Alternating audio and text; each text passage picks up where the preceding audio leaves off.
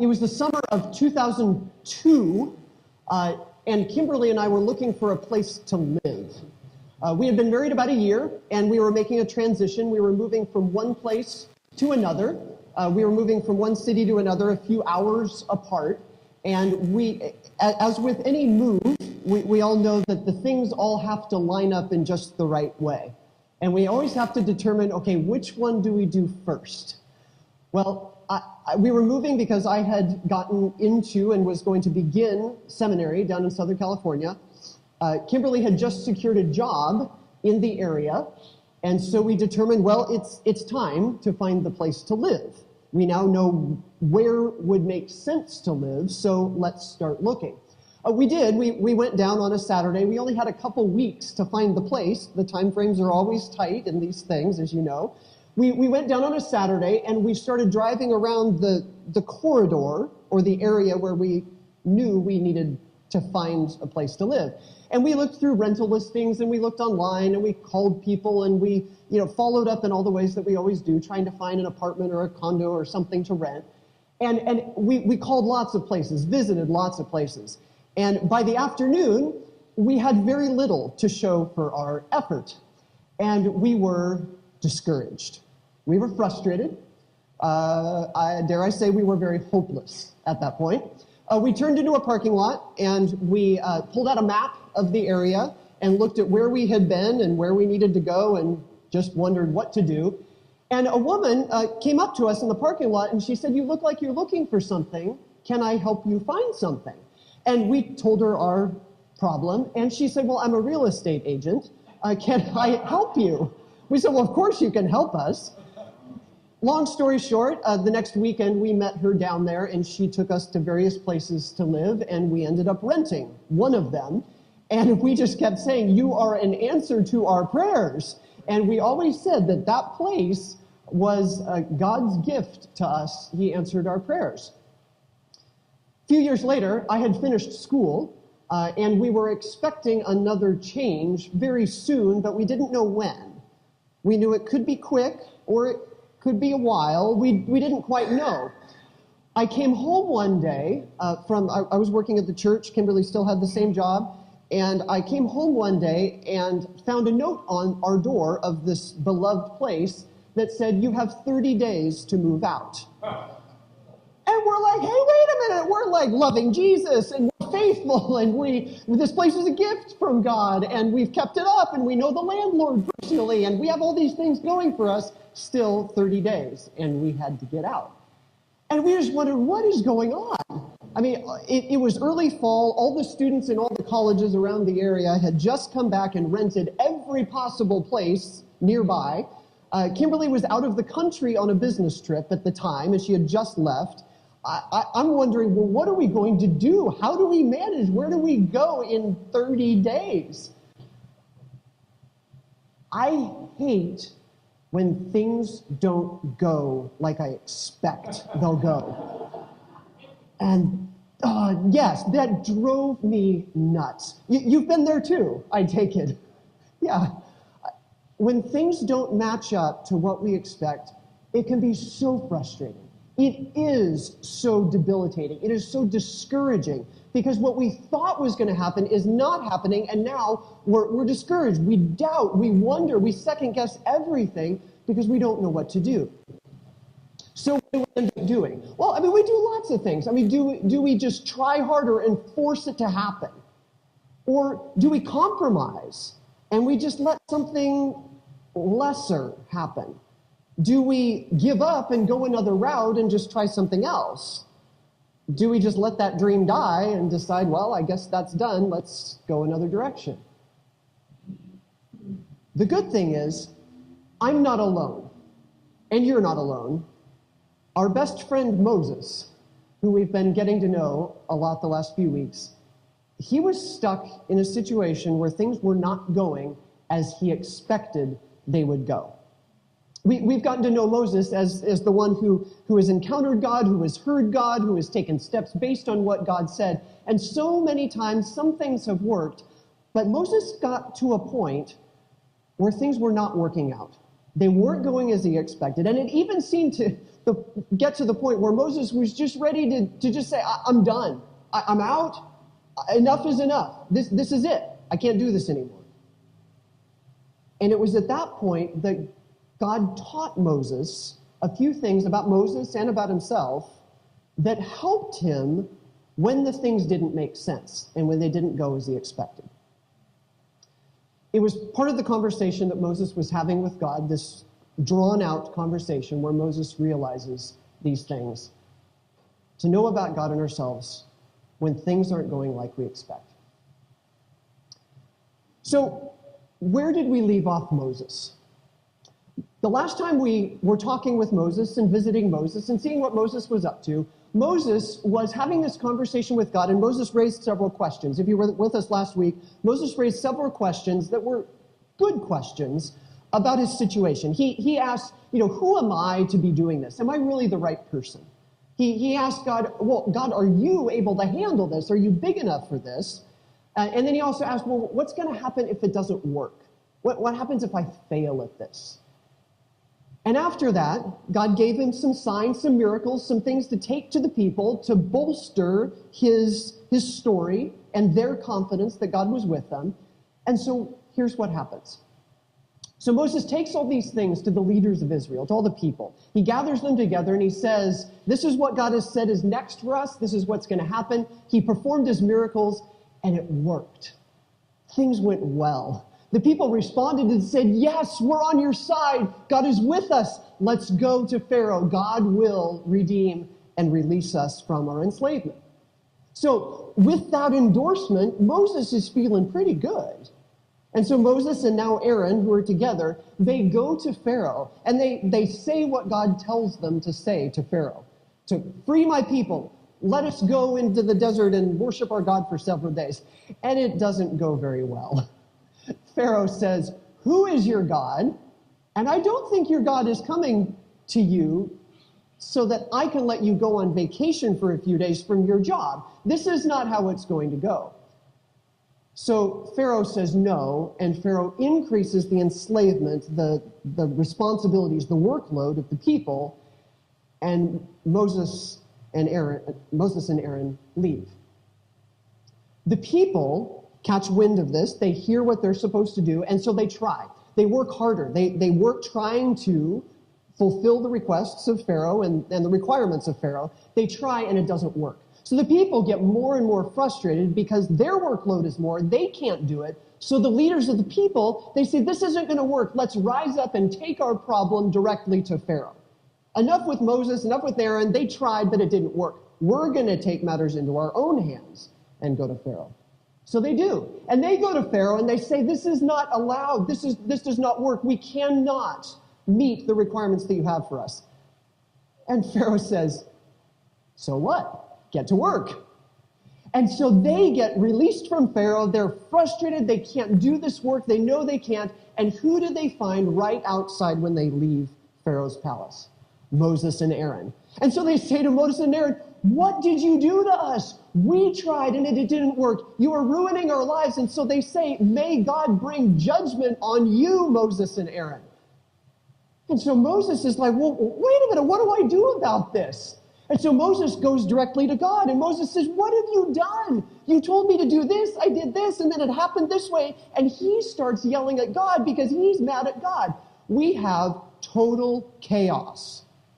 What started as the burning bush moment of I am going to free the people, it's going to be a beautiful time in the land of milk and honey, the promised land, has turned into chaos. Pharaoh is mad at the people because they are revolting and they need to do more work. Pharaoh is mad at Moses and Aaron because they requested something that Pharaoh does not want to let happen. The people are mad at Pharaoh because Pharaoh's requiring more work of them. Moses is mad at Pharaoh because Pharaoh's not releasing the people. And Moses is also mad at God because God doesn't seem to be making everything work. It's not going as Moses expected. So what does he do? Here's Moses' conversation with God. He goes to God and he says, what's going on? What's happening?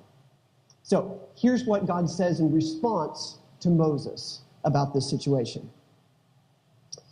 And God said to Moses, I am Yahweh, the Lord. I appealed to Abraham, to Isaac, and to Jacob as El Shaddai, God Almighty, but I did not reveal my name, Yahweh, to them. And I reaffirmed my covenant with them. Under its terms, I promised to give them the land of Canaan, where they were living as foreigners. You can be sure that I have heard the groans of the people of Israel, who are now slaves to the Egyptians, and I am well aware of my covenant with them. Therefore, to Moses, say to the people of Israel, I am the Lord. I will free you from your oppression, and I will rescue you from your slavery in Egypt. I will redeem you with a powerful arm and great acts of judgment. I will claim you as my own people, and I will be your God. Then you will know that I am the Lord your God, who has freed you from your oppression in Egypt. I will bring you into the land I swore to give to Abraham, Isaac, and Jacob. I will give it to you as your very own possession. I am the Lord. Now hold on a minute. We've heard this before, haven't we? God said this before. Burning bush encounters Moses, says basically the same thing. I will do this. It will be great. It'll be an amazing time. You'll love it. It'll be a great place to go. Don't worry about it. It's going to be beautiful. And God's saying it again. It's kind of like God's stump speech. Every place he goes, God just gives the speech. It's going to be great. I'm going to do this. You're going to love it. It'll be a great time. It's the same bullet points too, isn't it? I've heard the groans of my people. I know their oppression. I'm aware of what's going on. I will save them. They will no longer be enslaved in captivity. I will bring them. It's all the same stuff. And God's saying the same thing over again. The problem is the game has changed. It's not the burning bush anymore. It's now real life where the people are enslaved and they have to do more work and they're oppressed even more and they're feeling more discouraged and they're not happy and they're mad at everybody. The game has changed. It's not kickoff anymore. It's not the first quarter. There are points on the board. It's second quarter now. And wouldn't you think that there should be a new game plan since the game has changed? If the first game plan wasn't seeming to work, let's retool. Let's try another angle. It seems like God is just saying the same thing over and over again. And if you're Moses hearing this, Moses has got to be thinking, you're telling me to say the same thing that I told them before, and it didn't go very well before. It's certainly not good now. So I'm supposed to go to the people and say, God has heard of your oppression. God is aware of your enslavement. God is aware of the suffering that you're undergoing. But God will redeem you. God will save you. How's that going to go with the people? They're going to be like, fool me once. No. Fool me again. Oh, watch out. They're not going to be duped again. The people are smart. They're aware of their own suffering. They're not going to let it happen again.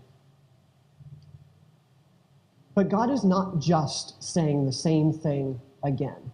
It's not like God can't come up with a new plan. It's not like God doesn't have any other ideas in mind.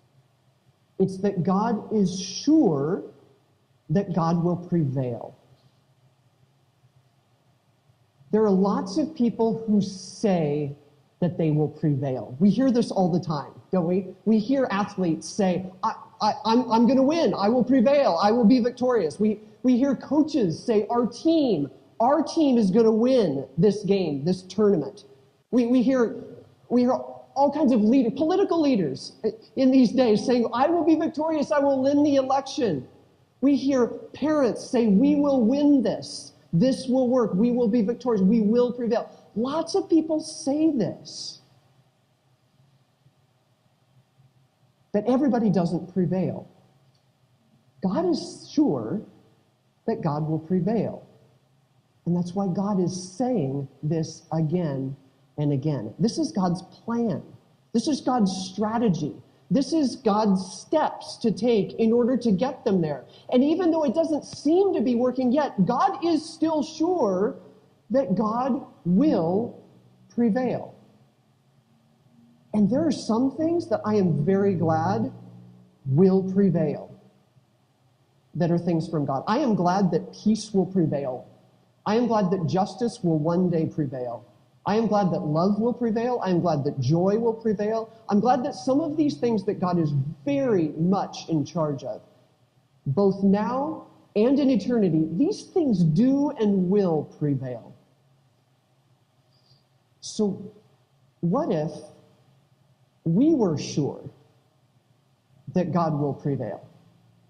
See, it's not easy to be, it's not working out how I expected, but I'm sure that this will prevail. That's the situation that the people are in. That's the situation we're in all the time. It's not going like I expected, but what if I was sure that God will prevail in this? That's the challenge of trusting and faith in the one who is sure that God's plans will prevail.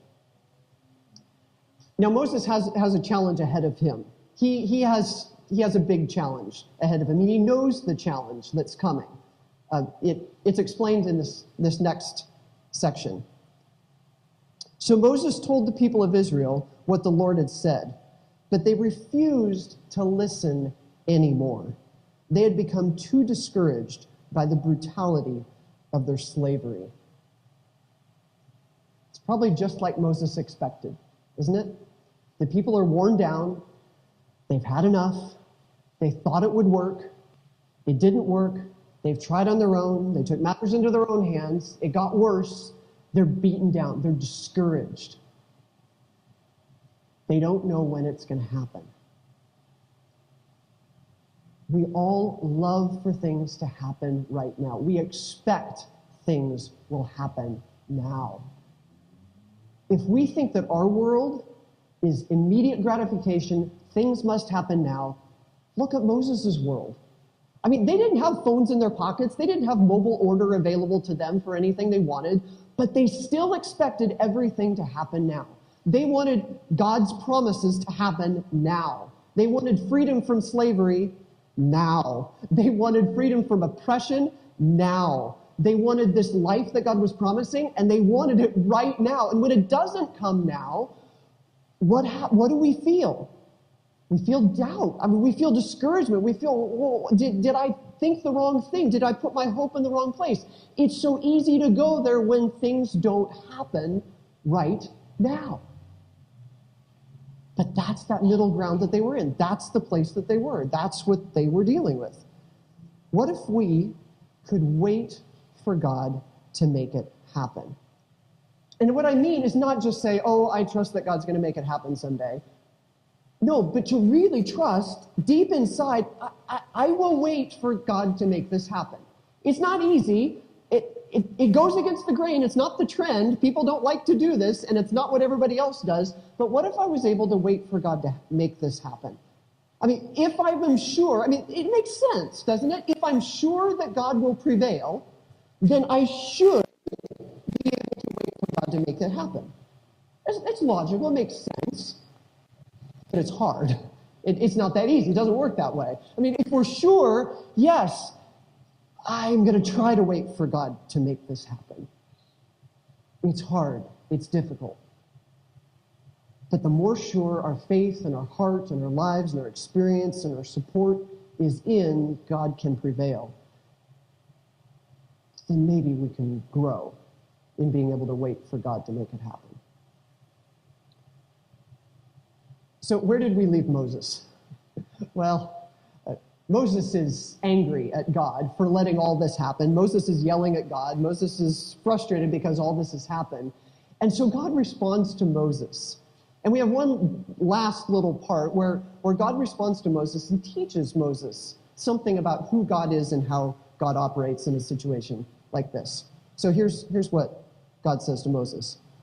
Then the Lord said to Moses, "Go back to Pharaoh, the king of Egypt, and tell him to let the people of Israel leave his country." "But Lord," Moses objected, "my own people won't listen to me anymore. How can I expect Pharaoh to listen? I am such a clumsy speaker." But the Lord spoke to Moses and Aaron and gave them orders for the Israelites and for Pharaoh, the king of Egypt.